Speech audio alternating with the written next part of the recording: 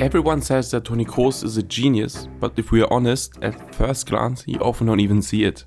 He's not fast, he doesn't dribble, he almost seems too calm. So I wanted to see it in black and white. I wanted to find the proof in the numbers. I dug through data sets from the last 10 years, and then I came across this one statistic. This is the elite, the best passers in the world, and I thought I'd find Kroos at the very top, alone at the summit, but I didn't find that. Look at this. Top right, that's Rodri. Almost 20,000 passes, over 91% completion rate. He's the statistical king. And Kroos? He's here. Under 90%, less volume than Kimmich. On the same level as Busquets. Don't get me wrong, that's good. No, that's world class. But among the absolute giants, it's statistical average. Nothing about this point screams generational talent. In that moment, I actually wanted to delete this video. The number said he's just one of many, but the feeling wouldn't let go. So I set out to understand what we are missing here. I dug deeper, away from the Excel sheets and into the game. And I realized, even though we all say he's world class, he's actually so much better than I could have ever imagined. I have to show you this. To understand why the graph from the intro paints the wrong picture, we need to hit the reset button. We need to go back to a time when the world still seemed okay for Toni Kroos. Go to 2013. Bayern Munich win the treble. They destroy everything. And on the bench sits Jupp Heynckes. That matters because Heynckes was more than a coach to Kroos. He was his mentor. He was the man who had noticed him years earlier during his loan at Leverkusen and shaped him. Under Heynckes, Kroos was safe. He was a guaranteed starter. But then, Heynckes leaves. Pep Guardiola arrives. And suddenly, a different wind is blowing. In the summer of 2014, contract talks are happening and the mood turns. The Bayern bosses look at Kroos and don't see the problem. They basically tell him, we're not paying you 10 million. You're good, but you're not irreplaceable. You're not a Robin, not a Ribéry.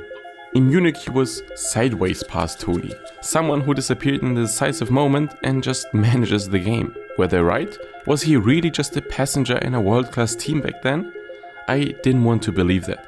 So I put the raw data from the 2014 World Cup, the tournament where he supposedly showed everyone who he really is.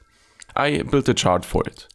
Upwards I put volume, how many passes he actually plays per game, and to the right, line breaks, passes that hurt the opponent, that break lines. My theory was, if the sideways pass myth is true, Kroos should be far up, but stuck all the way on the left. Lots of passes, but zero territorial gain. As soon as we plot the data, 1 point jumps out immediately. On the top, Daniele De Rossi. It looks like a system error. He plays over 100 passes and statistically breaks almost every line. I immediately thought, okay, Italy were bad, but was De Rossi really a god? But when I zoomed in, the house of cards collapsed. De Rossi only played 2 matches. He had 2 great days and then went home. That skews everything here. That's not a trend, that's randomness. So we have to clean up. I wanted to know who really shaped the tournament. So everyone who went out early gets removed. We only take players with at least 4 games. The picture clears up immediately. Suddenly there's only one guy up there on the top right, Toni Kroos. The result is crystal clear. He's not glued to the left with the safe guys, he's extremely far to the right. He combines the most passes played with the second most line breaks. Meaning, he does exactly what Bayern claimed he couldn't do.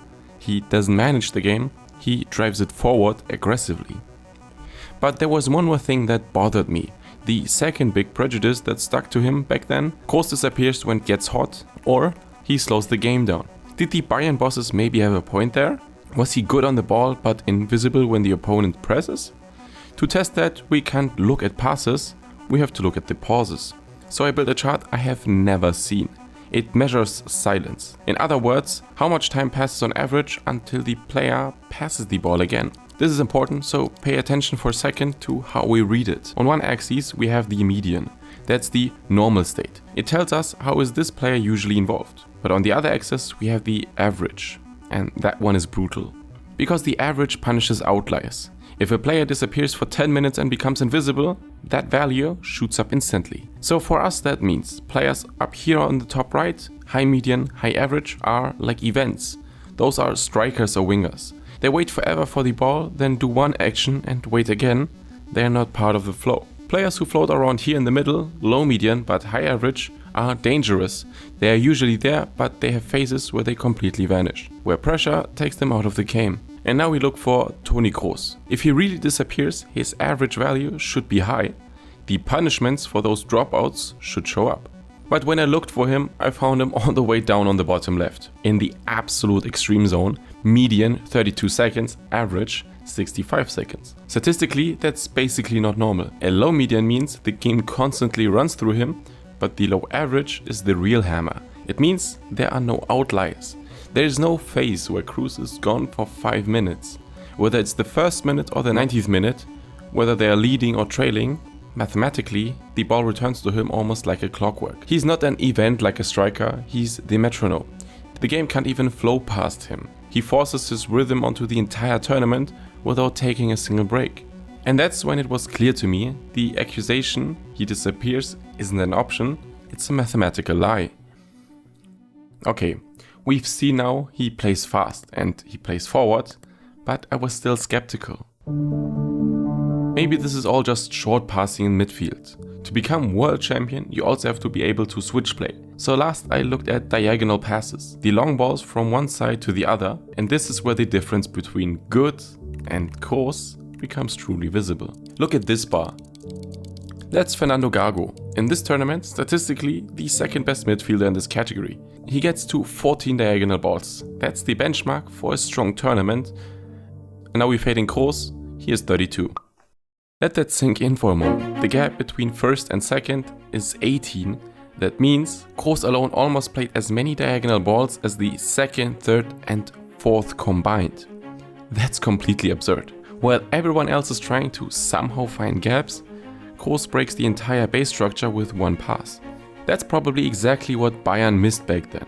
They were waiting for the show, for the spectacle, for the highlight reels, but when you look at these graphs, you see the real reason for the World Cup title.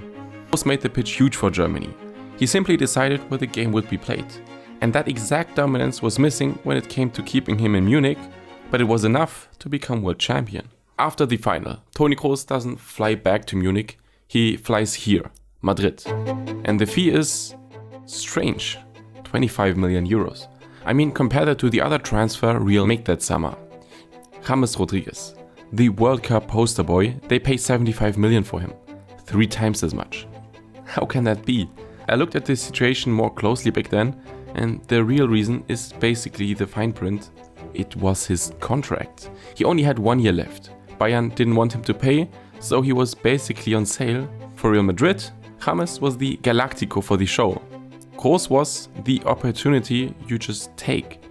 But what they didn't know yet, for those 25 million, they didn't just buy a player, they, almost by accident, bought the brain for their entire game.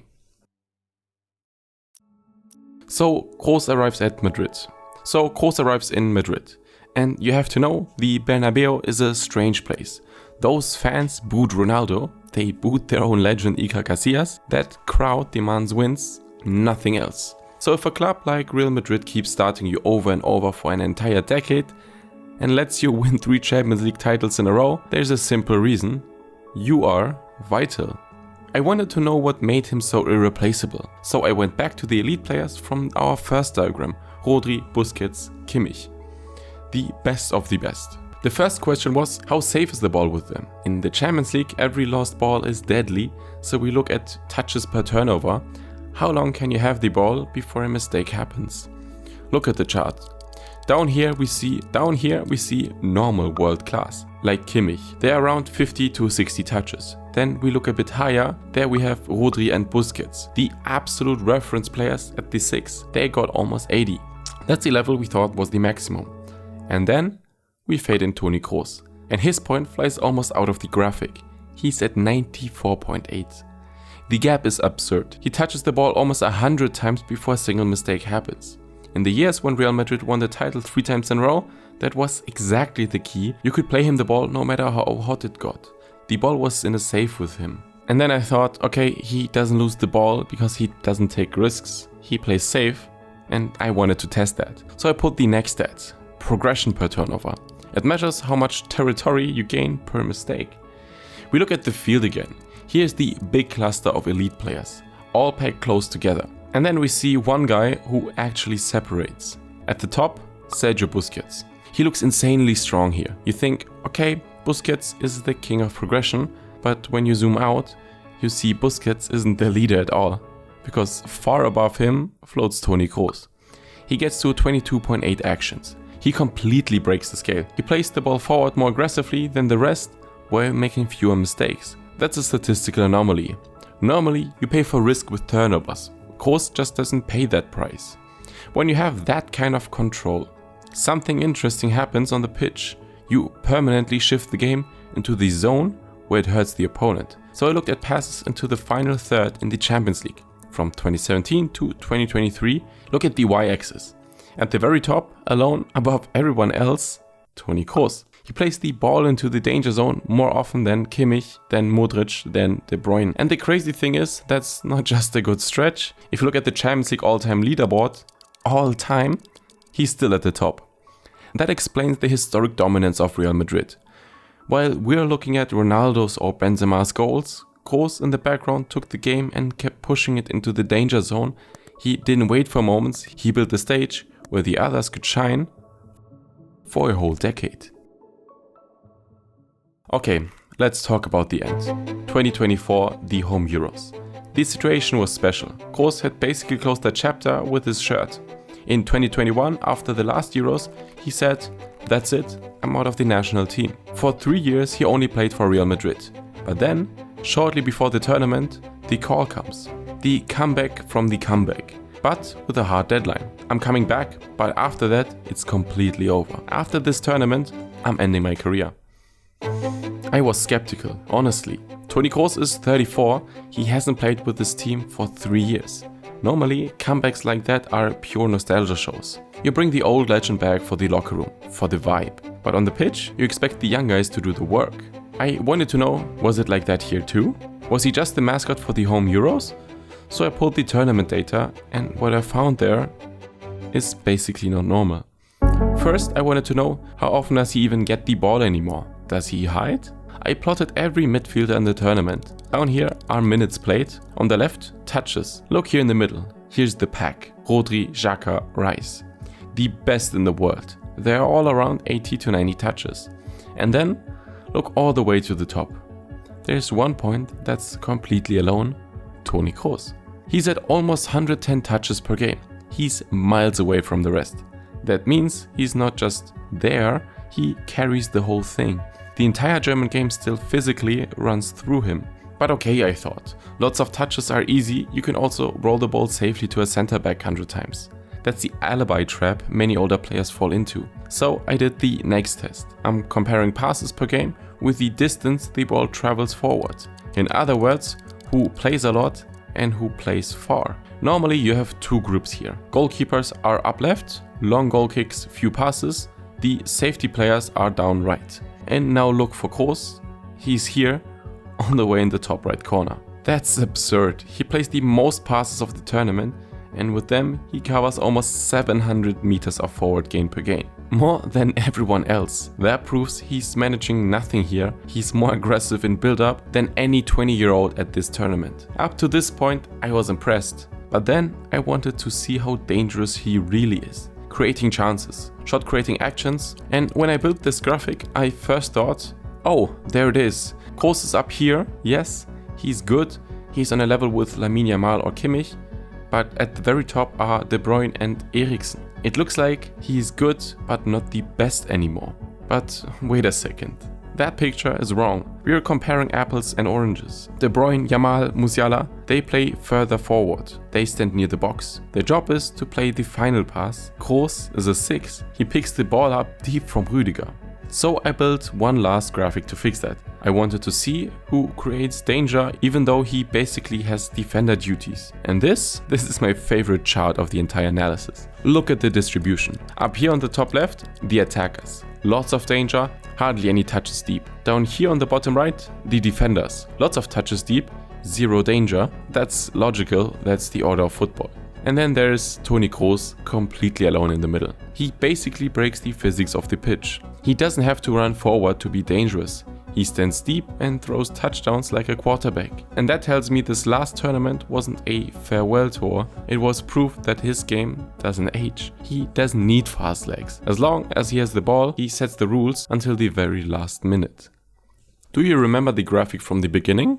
The one where I almost doubted whether he's actually that unique? We saw since 2017 the bars have shifted. Players like Rodri or Kimmich have caught up. Statistically, they now play just as many passes, with just as high completion rates. On paper, it looks like modern football has caught up to Toni Kroos. But after this analysis, we know that's an illusion. Football learned to copy the numbers. Academies now produce players who can hit 100 passes per game, but what no statistic in the world could copy is what happens between the numbers. I found 3 things that separate him from this new elite. First, rhythm. Other players have the ball, Kroos is possession. The system mathematically returns to him again and again without pauses, without dropouts. Second, space. We saw the diagonal balls. He doesn't manage the game in small spaces, he makes the pitch huge. He decides where the game is played. And third, the price. This is the most important point. Rodri, Kimmich, Rice, they are all world class, but they cost their team a turnover sometimes when they take risks. Kroos broke that logic. He delivers maximum attacking output, but he doesn't pay a price for it. He plays risks without the chaos. When you watch him on TV, it often looks unspectacular. He barely sweats, he doesn't slide, he doesn't sprint, but that's exactly the deception. Toni Kroos' career is the story of a player who never looks like a typical superstar, but he controls teams, so they move like champions. Which player should I put under the microscope next? Write me your opinion in the comments. If you liked the video, make sure to subscribe so you don't miss the next one. Ciao and see you next time.